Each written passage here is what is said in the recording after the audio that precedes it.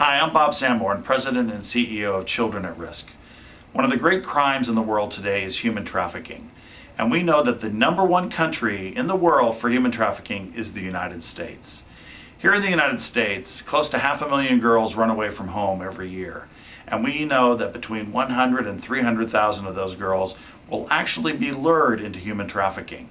We know that girls here in the cities of Houston and in Dallas are lured into this crime through false friendship, false romances, and then they're put on the street to work basically as teenage prostitutes.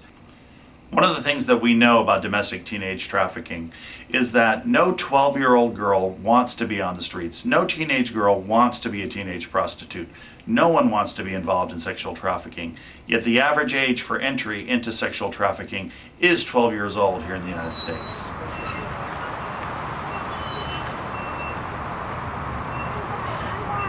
Many pimps do threaten their girls with violence. Some girls are actually they are hit or beat up. The threat of violence is present.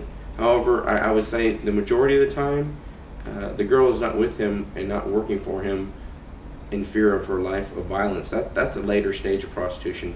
Most of these girls are with him for the mere fact of love, affection, and attention.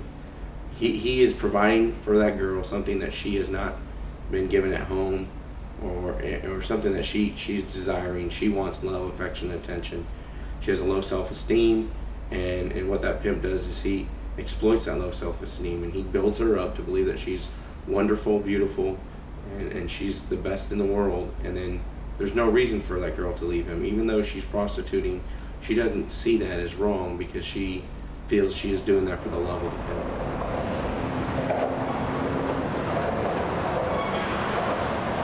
Human trafficking is all about people getting into a vulnerable position and then a criminal element in our society figuring out a way how to take advantage of them.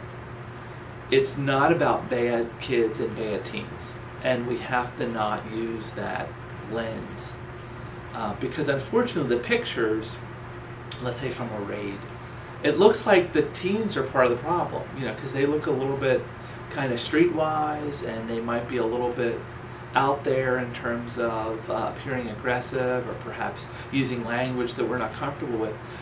But there's been a trajectory, there's been a path for them to get there. One of the interesting things about domestic sexual trafficking is that the victims of this sexual trafficking, these girls that we might call teenage prostitutes, do not identify themselves as victims. They don't see themselves as victims. They don't want our help. So they're not a compliant victim. They're not anybody that we can go ahead and place back with their parents, place in a shelter. They'll run. They run away. Children run away from something. They don't run to prostitution.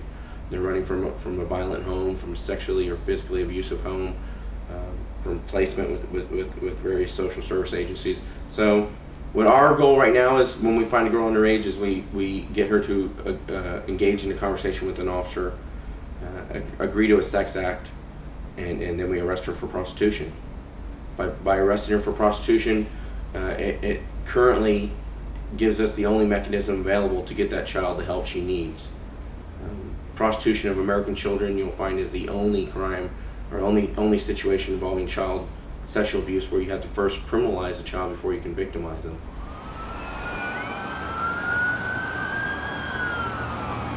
Although Texas was the first state to enact anti-human trafficking legislation in 2003, there's a lot of work that needed to be done.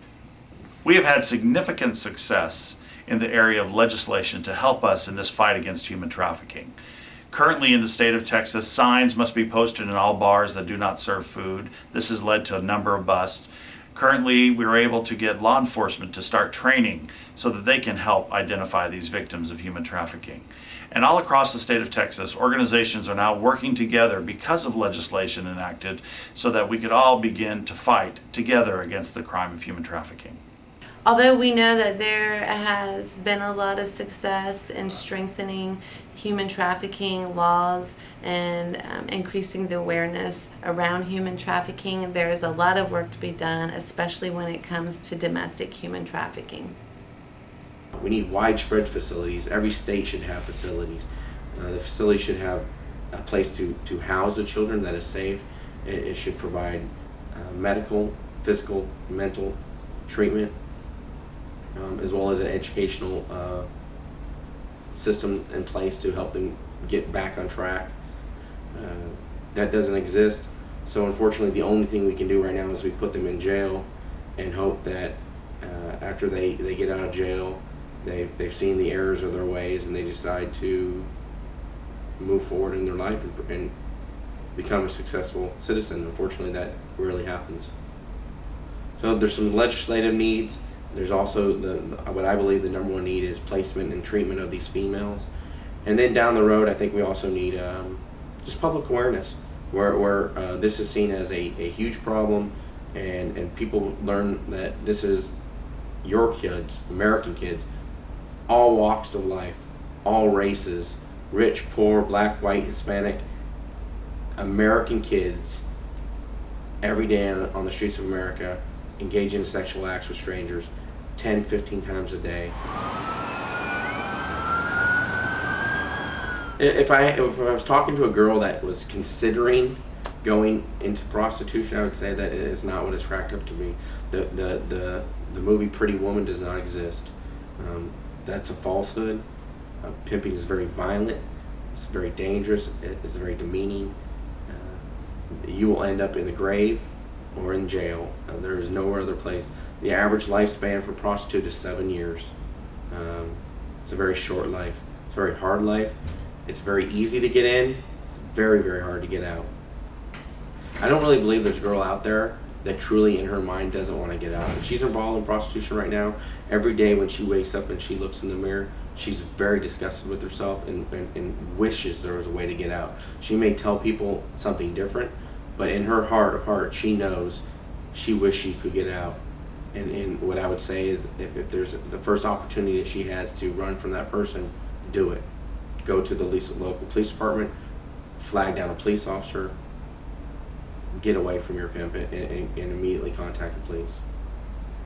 Here are some ways to identify a victim. If a person is not sure where they are, live, or where they're going, if they don't seem to know the town, do they have a well-rehearsed story, or do they show signs of abuse or a branding tattoo? Places that you might find some of these trafficking victims: spas, adult modeling studios, strip clubs, residential brothels, truck stops, and oftentimes right on the street. If you suspect someone of being involved in trafficking in any way or just want to explore with more information, call the National Trafficking Hotline at 888-3737-888. For more information on these issues, please visit us at our website at childrenatrisk.org.